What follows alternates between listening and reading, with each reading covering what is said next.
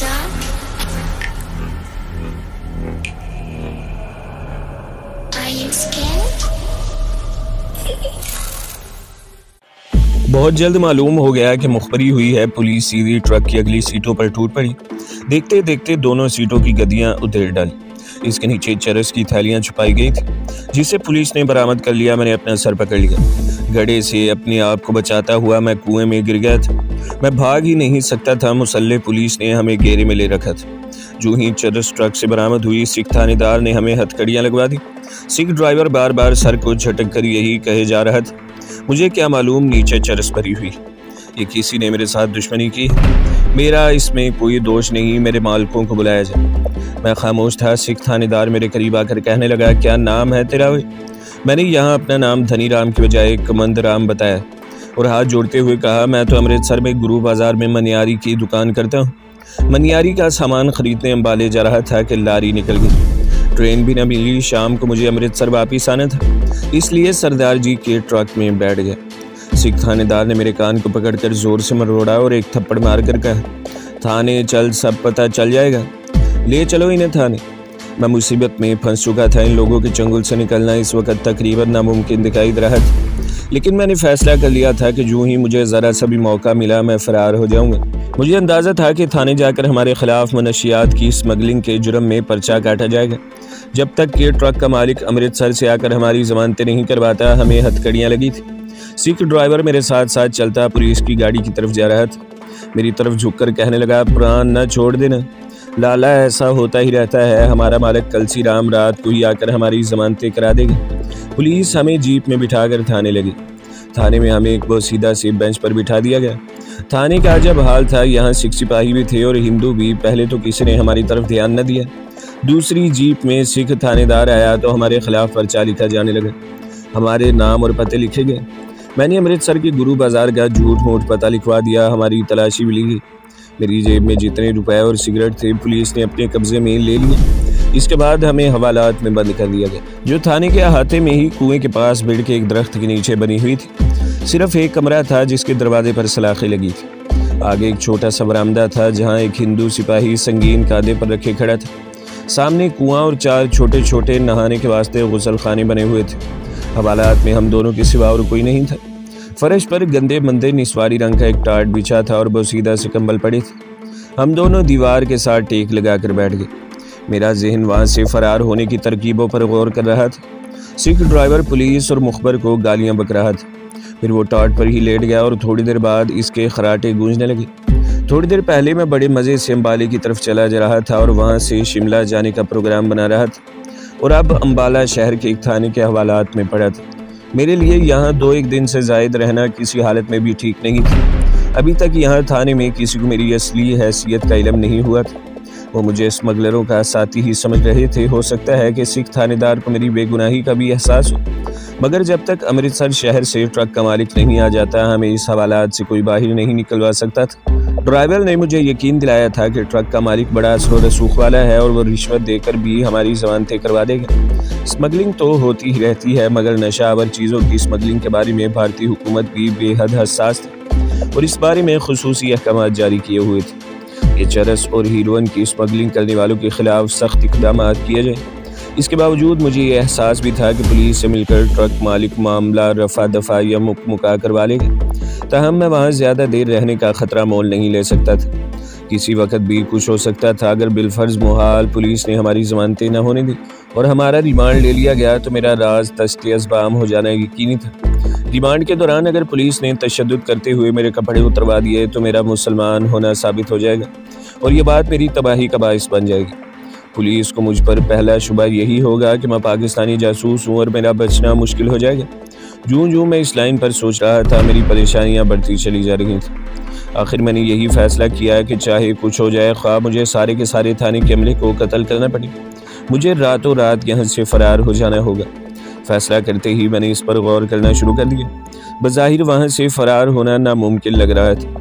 फ़रार हर जगह से नामुमकिन होता है, सिर्फ सोच और जुर्रतमंदाना की ज़रूरत होती है और फिर कोई रुकावट रास्ते में हाल नहीं होती। ये बात मेरे तजुर्बों ने साबित कर दी थी। जुर्रत और हौसला मेरे अंदर मौजूद था, मुझे सिर्फ किसी छोटे से मौके की तलाश थी। मौका किसी खास सोची समझी स्कीम के तहत ही मिल सकता था। मैंने देख लिया था कि इस हवालात की सलाखों वाले दरवाजे के दरमियान में ताला नहीं लगा हुआ था, बल्कि पहलू में 2 हाथ के फासले पर दीवार के अंदर जाकर लगाया गया था। अगर किसी तरीके से हवालात की चाबी मेरे हाथ में आ जाती है तो मेरा हाथ सलाखों के बाहर दरवाजे तक नहीं पहुंच सकता था। ये मेरे फरार के रास्ते की सबसे बड़ी रुकावट थी, जिसे दूर करना मेरे बस में नहीं था। कोई मुतबादल तरकीब मेरे जहन में इस वक्त नहीं आ रही थी। इतने में सिख ड्राइवर की आंख खुल गई। इसने पगड़ी खोलकर सर पर दोबारा बांधते हुए बाहर खड़े संतरी से कहा, महाराज कोई चाय की 1 आध प्याली ही मंगवा दो, मेरे पास माल है। सिख ड्राइवर ने कपड़ों की एक खुफिया जगह से 10 रुपए का एक नोट निकालकर बाहर खड़े संतरी को दिखाया। संतरी करीब आ गया।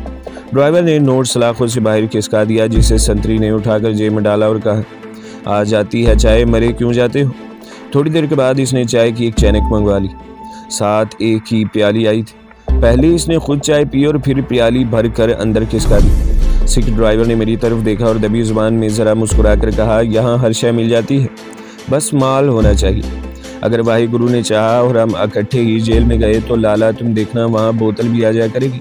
चाय पीकर इसने प्याली खाली की और संतरी से कहा, मेरे लाला यार के लिए भी चाय दो, ये तो बेचारा खामखा फंस गया है मेरे साथ। मैंने फ़ौरन कहा, नहीं नहीं, मैं चाय नहीं पीता, मुझे चाय पीने से गर्मी हो जाती है।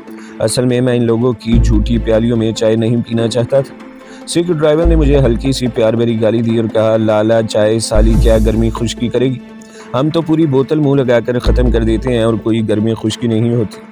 सिख ड्राइवर ने अमृतसर के ट्रक के मालिक का नाम और पूरा पता लिख कर दे दिया था। शाम हो गई और अभी तक ट्रक का मालिक अमृतसर से नहीं आया था। सिख ड्राइवर ने संतरी से पूछा कि मालिक कब आएगा, इसे इतला कर दी गई है कि नहीं।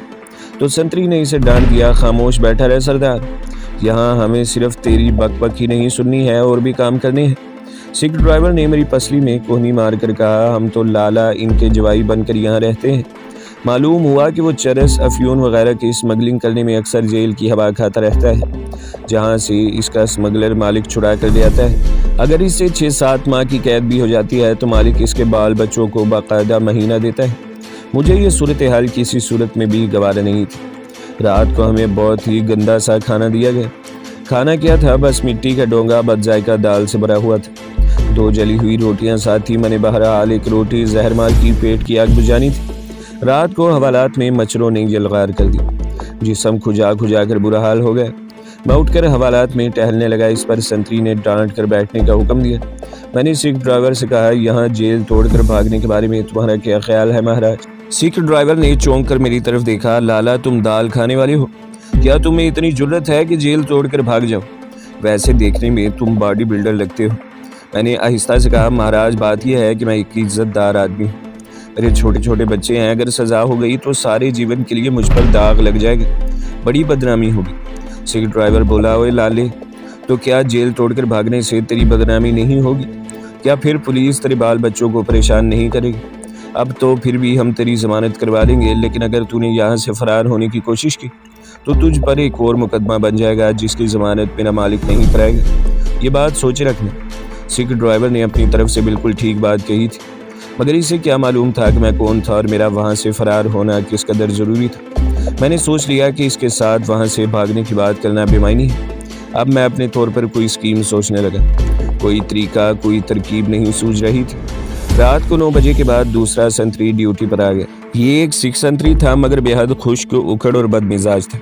लेकिन सिख ड्राइवर ने इसे भी अपनी बातों से मोम कर लिया और जब इसे 10 रुपए रिश्वत के तौर पर दिए तो वो सिख ड्राइवर को रात के वक्त भी चाय पिलाने पर तैयार हो गया। 10 बजे रात को चाय की एक और चैनक आ गई। मैंने तब भी चाय को हाथ न लगाया। मैं इसी की झूठी प्याली में चाय नहीं पीना चाहता था। अभी तक मैं वहाँ से फरार के बारे में किसी नतीजे तक नहीं पहुँच सका था। फिर यही सोचे समझे बैठा रहा कि देखते हैं कि शायद सुबह को सिख ड्राइवर का मालिक आ जाए और वाकई वो हमारी जमानत करवा दे। ऐसी सूरत में मुझे हवालात से रिहाई मिल सकती थी। इसका इम्कान भी था, क्योंकि ये स्मगलर लोग बड़े असरो रसूख वाले होते हैं और अपने आदमियों की जमानतें करवा लेते हैं। रात बड़ी मुश्किल से हवालात में गुजरी। मच्छरों और कम्बलों की बदबू की वजह से पलक ना झपक सकता था, जबकि सिख ड्राइवर सारी रात खराटे लेता और नींद में ही मच्छर मारता रहा। खुदा खुदा करके सुबह हुई, किसी ने चाय तक न पूछी। सिख ड्राइवर का एक और नोट काम आ गया और तब मैंने एक सूखी डबल रोटी के टुकड़े के साथ जी कड़ा करके चाय पी। सुबह 10 बजे हमें मजिस्ट्रेट के सामने पेश किया जाना था। अभी तक सिख ड्राइवर का मालिक अंबाले नहीं पहुंचा था। अब सिख ड्राइवर को भी परेशानी होने लगी थी। इसने मुझे बताया कि पुलिस रिमांड के बाद ऐसी अजियतें देती है कि आदमी की चीखें निकल जाती हैं। कोई 9 बजे के करीब ट्रक का मालिक आ गया। इसने आते ही हवालात में इसने सिख ड्राइवर से मुलाकात की। वो इसके लिए हलवा पूरी लाया था। मेरी तरफ तो इसने कोई ध्यान न दिया, वो मुझे कोई दूसरा हवालाती समझ रहा था। जब सिख ड्राइवर ने मेरी तरफ इशारा करके इसे बताया कि ये बेचारा लाला खामखा साथ में फंस गया है, तो ट्रक के हिंदू मालिक ने मेरी तरफ घूर कर देखा और पूछा, कहाँ के हो? मैंने हाथ जोड़कर नमस्कार किया और कहने लगा। फिर ड्राइवर बोला, अमृतसर का है, गुरु बाजार में मनियारी की दुकान करता है, इसकी भी जमानत करवा देना, क्या याद करेगा ये लाल? मैंने जल्दी से कहा, महाराज मुझ पर दया करें, मेरे छोटे छोटे बच्चे हैं, सारी जिंदगी आपको असीस दूंगा। ट्रक मालिक ने सिख ड्राइवर से कहा, वकील मैंने करवा लिया है, तुम फिक्र न करो, तुम दोनों की अदालत में जाते ही जमानतें हो जाएंगी। अब मैं जाता हूँ, अदालत के बाहर मिलूंगा। तो चला गया। सिख ड्राइवर ने मुझे भी एक पूरी पर थोड़ा सा हलवा डाल कर दिया और खुश होकर बोला, लाला लो खाओ, मन प्रसन्न करो, अब चिंता की कोई बात ही नहीं, बस जाते ही जमानत हो जाएगी। 9 बजे के बाद हमें एक हवालाती गाड़ी में बिठा कर कचहरी में ले जाया गया। ट्रक का मालिक अपने वकील के साथ वहाँ मौजूद था। हिंदू वकील ने हमें कुछ ज़रूरी बातें अजबर करवाई और अदालत में ले गए। मजिस्ट्रेट सिख था, हमारे साथ थानेदार भी था जो सिख था। हमारी बारी आई तो मजिस्ट्रेट ने फाइल खोल कर दी। वकील ने यह मौक़िफ़ इख्तियार किया कि ट्रक के मालिक से दुश्मनी की बिना पर मुखालिफ ग्रुप वालों ने ट्रक की सीटों में चरस डाल दी थी। थानेदार ने अपने दलाइल देते हुए इस मामले को कौमी सतह पर एक संगीन जुर्म साबित करने की कोशिश की, जिसके लिए रिमांड बहुत ज़रूरी था ताकि इस पूरे गिरोह का सुराग लगाया जा सके जो भारत में मनशियात को फ़रोग दे रहे हैं। मजिस्ट्रेट ने हमारी जमानतें न ली और पुलिस को 10 रोज़ का रिमांड दे दिया। मेरे पाँव तले से ज़मीन खिसक गई। सिख ड्राइवर भी हक्का बक्का सा होकर रह गया। मजिस्ट्रेट अपना फैसला दे चुका था। इस वक्त हमें हथकड़ियाँ लगा दी। ट्रक का मालिक करीब आया। इसने सिख ड्राइवर को हौसला देते हुए कहा, मैं तुम्हें छुड़ा लूँगा, घबराने नहीं। पुलिस हमें लारी में बिठाकर थाने की तरफ रवाना हो गई। थाने पहुंचकर हमें एक दूसरे से अलग कर दिया गया। मुझे 2 सिपाही थाने की दूसरी मंजिल के एक छोटे से कमरे में ले आए। यहाँ सिर्फ एक कुर्सी रखी हुई थी। मुझे उन्होंने फर्श पर बैठने को कहा और चले गए। मेरी हथकड़ियाँ उतार दी गई।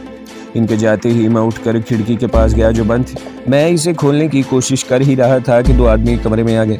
एक सिख और एक हिंदू था। दोनों हट्टे कट्टे थे। सिख ने मुझे गाली देकर कहा, इधर किस माँ को देख रहे हो? मैं हाथ जोड़कर बोला, महाराज गर्मी लग रही थी। इसने मुझे गर्दन से पकड़कर खींचकर फर्श पर बिठा दिया। दूसरे ने जेब से चाकू निकाल लिया। अब सच सच अपने साथियों के नाम बता दे कि वो कहाँ कहाँ चरस लेकर जाते हैं। अमृतसर में चरस कौन देता है?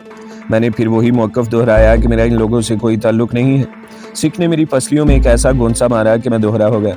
दूसरे ने कहा, तुमने क्या नाम बताया था? लाला। मैंने दर्द की शिद्दत पर काबू पाते ही कहा, मकंदराम महाराज। सिख ने अपने साथी से कहा कि ये इस तरह कुछ नहीं बताएगा। मलकी रामा, इसके कपड़े उतरवा। अभी अपने सारे साथियों के नाम बता देगा। कपड़े उतरवाने का सुनते ही मेरे ओसान खता होने लगे। इसका मतलब ये था कि इन पर मेरा मुसलमान होना साबित हो जाएगा और केस की नोयत भी बदल जाएगी। फिर इनके नज़दीक मैं एक ख़तरनाक पाकिस्तानी जासूस होऊंगा। मैंने इनके बहुत हाथ पाँव जोड़े। मेरे कपड़े ना उतरवाए मगर उन्होंने ज़बरदस्ती मेरे कपड़े उतरवा दिए। वो मेरे जिस्म को देखकर सकते में आ गए। सिख एकदम उठ खड़ा हुआ। मलकी राम, ये तो मुसलमान है, ये पाकिस्तानी एजेंट है। उन्होंने फ़ौरन मुझे दबोच कर ज़मीन पर गिरा दिया। मैंने एक पल के लिए सोचा कि इन दोनों की गर्दनें तोड़कर यहाँ से निकल जाऊँ, मगर थाने से बचकर निकलना नामुमकिन था। दूसरा, उन्होंने बहुत जल्द मुझे हथकड़ी डाल दी और कुर्सी के साथ बांध दिया। सिख तेज़ी से बाहर निकल गया। हिंदू पुलिस वाला चाकू ताने मेरे सर पर खड़ा था। 1 मिनट बाद वहाँ थानेदार और 3 सिपाही आ गए। थानेदार के हाथ में पिस्तौल था। इसने आते ही मलकी राम से कहा, इसे कपड़े पहना दो। मुझे यकीन है कि उधमपुर वाली तबाही में इसका हाथ है और ये वहाँ से फरार होकर भागा हुआ है। इसी वक्त मुझे कपड़े पहना दिए गए। इसके बाद उन्होंने मेरी आंखों पर पट्टी बांधी और सीढ़ियों से उतार कर एक गाड़ी में बिठाया और गाड़ी नामालूम मुकाम की तरफ दौड़ने लगी। 10-15 मिनट के बाद गाड़ी एक तरफ घूम कर रुक गई। यहाँ मुझे किसी हवाई जहाज़ के पंखों के चलने की आवाज़ सुनाई दी। ये आवाज़ फिर दूर होते ही गायब हो गई।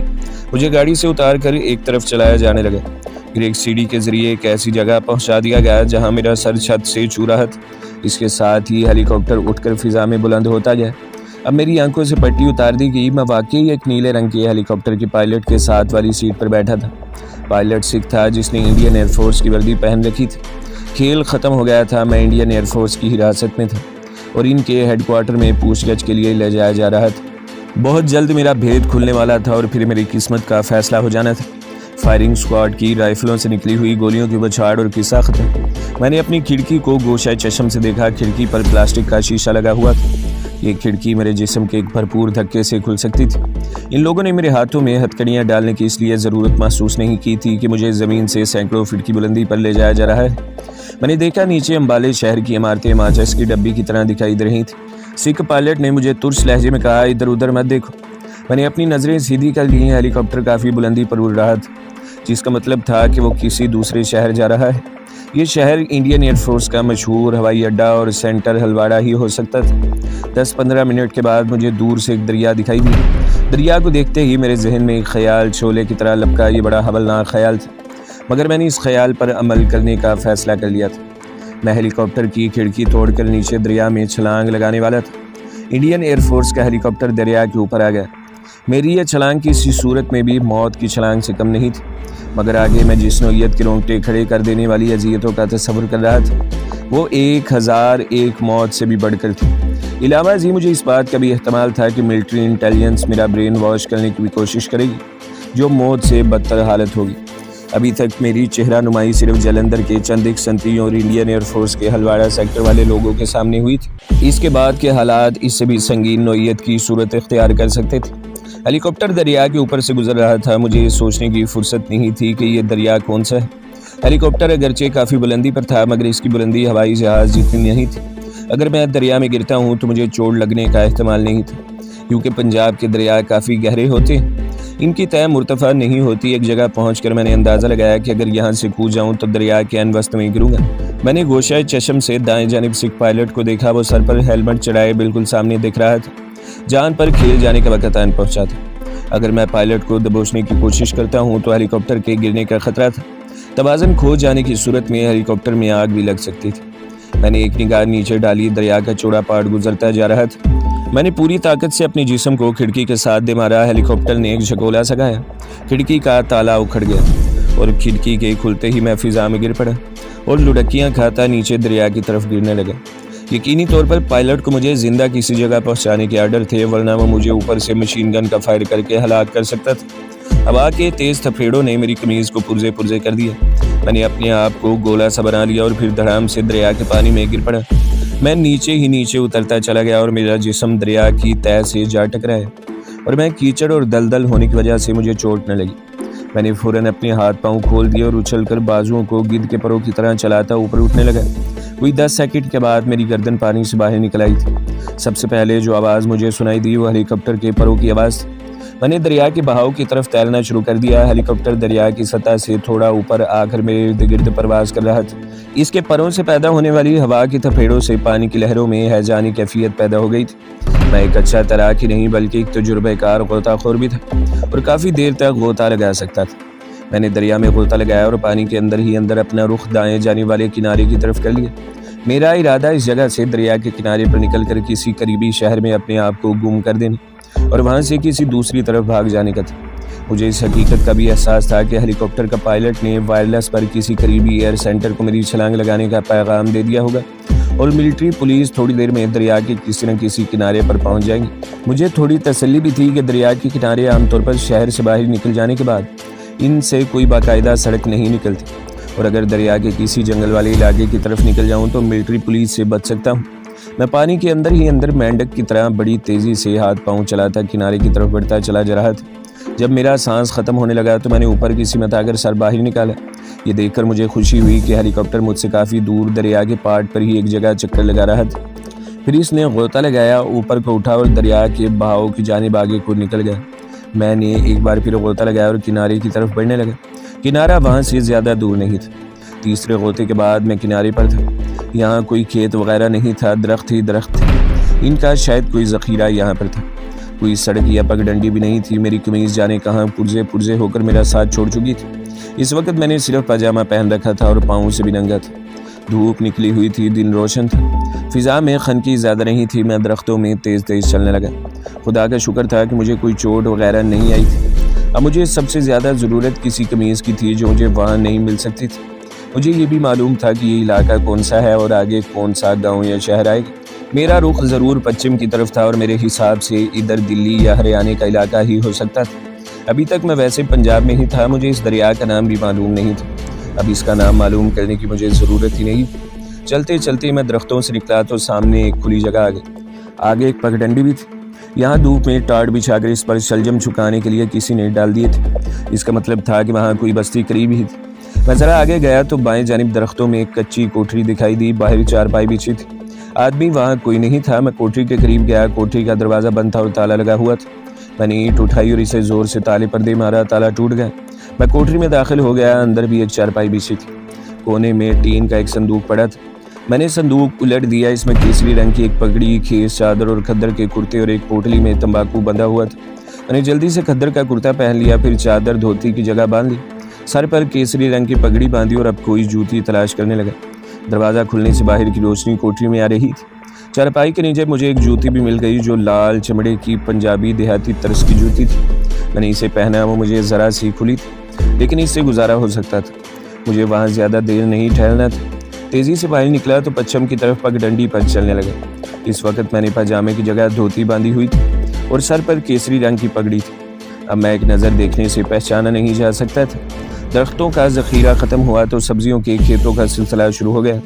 दूर एक बस्ती के मकान नजर आए, मगर मैं इनसे बचता हुआ आगे निकल गया। मेरी मंजिल अब शिमला नहीं थी जिसके एक होटल के कमरे में मेरा सामान पड़ा था, बल्कि अब आफियत इसमें थी कि जैसे भी हो मैं किसी तरह दिल्ली अपने हेडक्वार्टर यानी अपने घर पहुंच जाऊं। अगरचे मैं इस हुलिये में और बगैर पैसों के दिल्ली नहीं जा सकता था, लेकिन मैंने फैसला कर लिया था कि चाहे मुझे कहीं डाका मारना पड़े, मैं दिल्ली पहुँच कर ही दम लूँगा। पंजाब में मेरे लिए हर तरफ जाल बिछा था। तो दोस्तों, अगली किस्त सुनने के लिए हमारे चैनल को सब्सक्राइब करें, वीडियो को लाइक करें और बेल के आइकन को भी दबा दें, ताकि हर जो आने वाली वीडियोज़ हैं वो आपको सबसे पहले मिलती रहें।